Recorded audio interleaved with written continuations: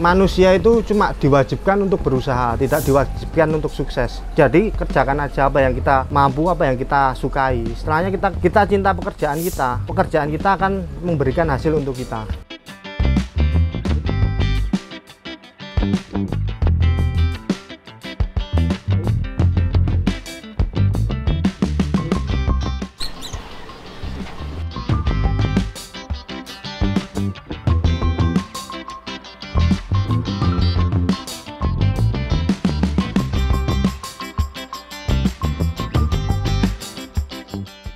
Assalamualaikum warahmatullahi wabarakatuh. Perkenalkan, nama saya Yoga Adi.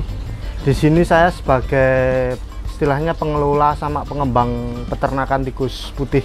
Alamat kita di Jalan Menur RT 3 RW 12 Purwosari, Lawean, Surakarta. Awal mula saya beternak tikus di sini sebenarnya efek atau berkah daripada nganggur, karena pemikiran yang istilahnya imajinasi yang luas. Dan saya berpikir untuk membuka sebuah usaha dengan satu kali modal, lalu seterusnya bisa menghasilkan panen. Nah, di situ saya sharing sama satu teman saya dari komunitas reptil di Solo.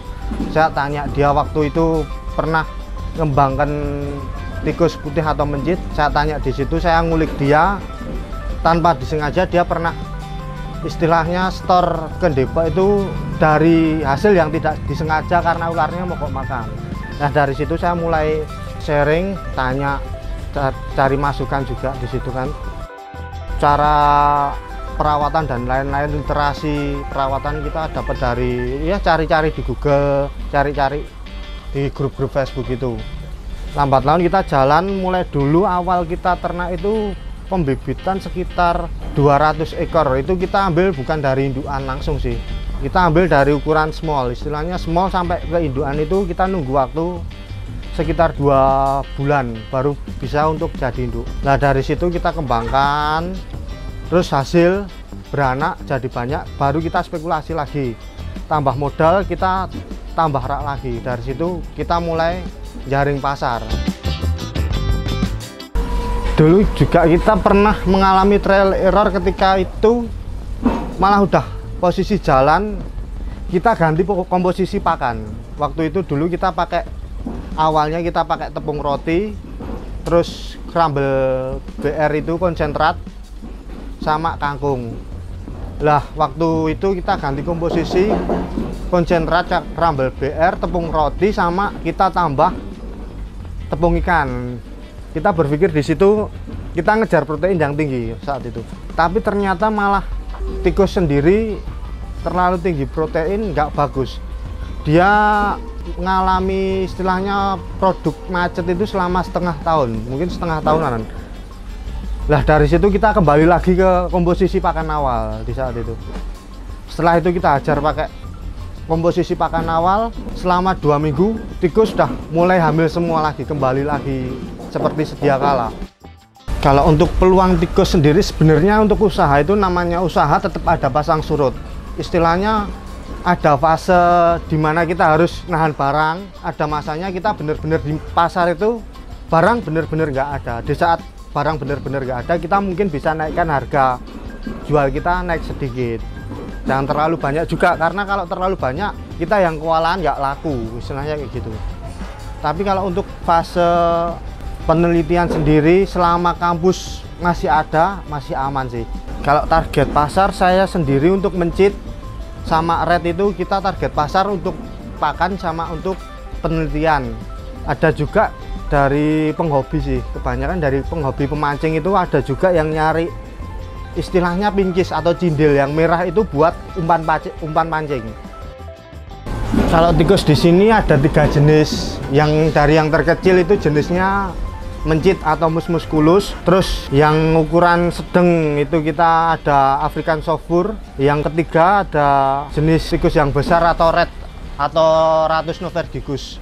Kalau untuk yang paling mahal di sini kita ada ASF atau African soft fur sendiri, itu kita dulu ambil 1 tahun yang lalu, istilahnya 1 tahun yang lalu itu kita datangkan 1 pasang itu 1 jantan 1 betina itu sekitar 500.000. Tapi untuk lambat laun ke sini karena banyak yang ternak juga untuk kebutuhan pakan reptil mereka, harganya juga mulai turun. Ya istilahnya hampir untuk 1 tahun ini penurunan hampir setengah dari harga tahun lalu sih. Kalau untuk sistem kandang yang baik sebenarnya suhu kandang itu paling nggak harus stabil. Istilahnya dari range suhu terendah itu di 27 derajat Celcius, paling tinggi itu 33 derajat Celcius. Kalau sampai tembus ke 35 derajat atau 36 derajat, tikus bisa kebanyakan mati karena dehidrasi sebenarnya. Terus kalau untuk kelembapan sendiri bagusnya itu sekitar 50%. Dan untuk perawatan pembersihan kandang sendiri di sini saya membersihkan kandang paling tidak 1 minggu sekali untuk penggantian alas. Kalau untuk komposisi makan untuk pakan di sini kita menggunakan pur BR sama kita campur kangkung dengan tambahan sedikit fermentasi dari molase atau tetes tebu sama E4 peternakan. Kalau untuk sistem minum di sini kita menggunakan botol kaca dengan tutup dilubangi pakai paku. Itu udah cukup karena dia kan kedap. Sistem kedap dia nggak mungkin netes kalau nggak disentuh. Kendalanya kalau pas waktu posisi fase reptil mogok makan. Biasanya kalau musim kawin di bulan September, Oktober, November, Desember itu ular reptil kebanyakan pada mogok makan karena dia kan musim kawin birahi. Jadi kita untuk pengeluaran stok buat pakan sendiri sedikit berkurang. Tapi nanti setelah sekitar akhir Desember sampai bulan April kita jor-joran pasti stok kebanyakan habis. Jadi selain untuk ternak tikus sendiri itu fasenya setengah tahun kita berhenti untuk jual buat pakan, setengah tahun kita ngejor di pasar untuk pakan. Tapi untuk kebutuhan penelitian sendiri selama kampus masih ada masih aman. Sebenarnya dari cindil atau pinkis yang warna merah itu udah laku mas. Tapi kalau untuk yang benar-benar sampai ukuran medium lah, medium dari dia lahir sampai medium itu untuk mencit sendiri usianya sekitar 1 bulan sampai 1,5 bulan.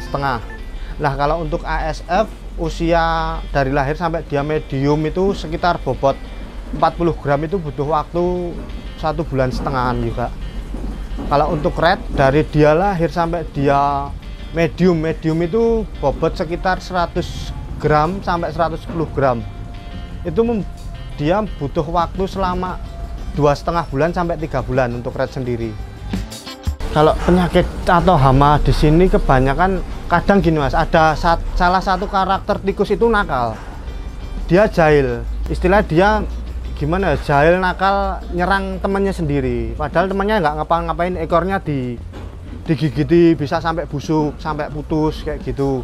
Kalau untuk hama yang paling sering kalau di sini alhamdulillah belum ada hama yang gimana ya, penyakit yang signifikan sih mas. Tapi kalau dari peternak lain saya pernah survei juga, itu ada penyakit itu mata merah luka, terus di mulut itu merah juga luka. Itu penyebab karena penggunaan alas biasanya mas. Kalau untuk pemasaran sendiri kita udah sampai Jakarta, terus sampai Malang juga. Biasanya kita untuk pengiriman tikus sendiri kalau untuk wilayah Jawa kita pakai kargo kereta. Tapi kalau untuk pengiriman luar pulau kita masih mikir karena biasanya untuk calon buyer itu sendiri dia mikir diongkir. Karena untuk kargo pesawat sendiri kan mahal. Untuk pengiriman minimal 10 kilo untuk kargo pesawat. Masih belum biaya karantina, biaya surat keterangan kesehatan hewan juga untuk biaya kargo luar Jawa. Kalau mau berkunjung ke sini sangat terbuka sekali mas, siapapun bisa berkunjung di sini asal WA dulu, mungkin bisa WA di 0822 2588 4233. Ada juga nomor teman saya, rekan saya yang ikut jalan di sini juga, nomornya 085 725 141 777. IG kita tikus.putih Solo. Untuk Google bisnis kita sama Tikus Putih Solo, farm Tikus Putih Solo untuk Google bisnis kita. Facebook juga ada farm Tikus Putih Solo. Untuk harapan ke depan saya sendiri mau mengembangkan tikus jenis red yang untuk market di Indonesia sendiri untuk kebutuhan penelitian masih sangat kurang. Istilahnya pasokan untuk penelitian jenis red itu seluruh Indonesia pasti pada pre-order. Jadi untuk rekan-rekan siapapun yang menghubungi saya untuk mau jadi mitra, pasti saya arahkan untuk dia ternak red daripada mencit, karena mencit sendiri istilahnya untuk diternak dia masih terbilang sangat mudah, persaingan sangat ketat, pasti istilahnya kalau nggak kuat buat dia nahan harga, pasti harga dihancurkan. Tapi kalau untuk red sendiri marketnya dia masih stabil karena permintaan, supply sama demand masih banyak demandnya. Terima kasih sudah menonton video ini. Jangan lupa subscribe Cap Cabung.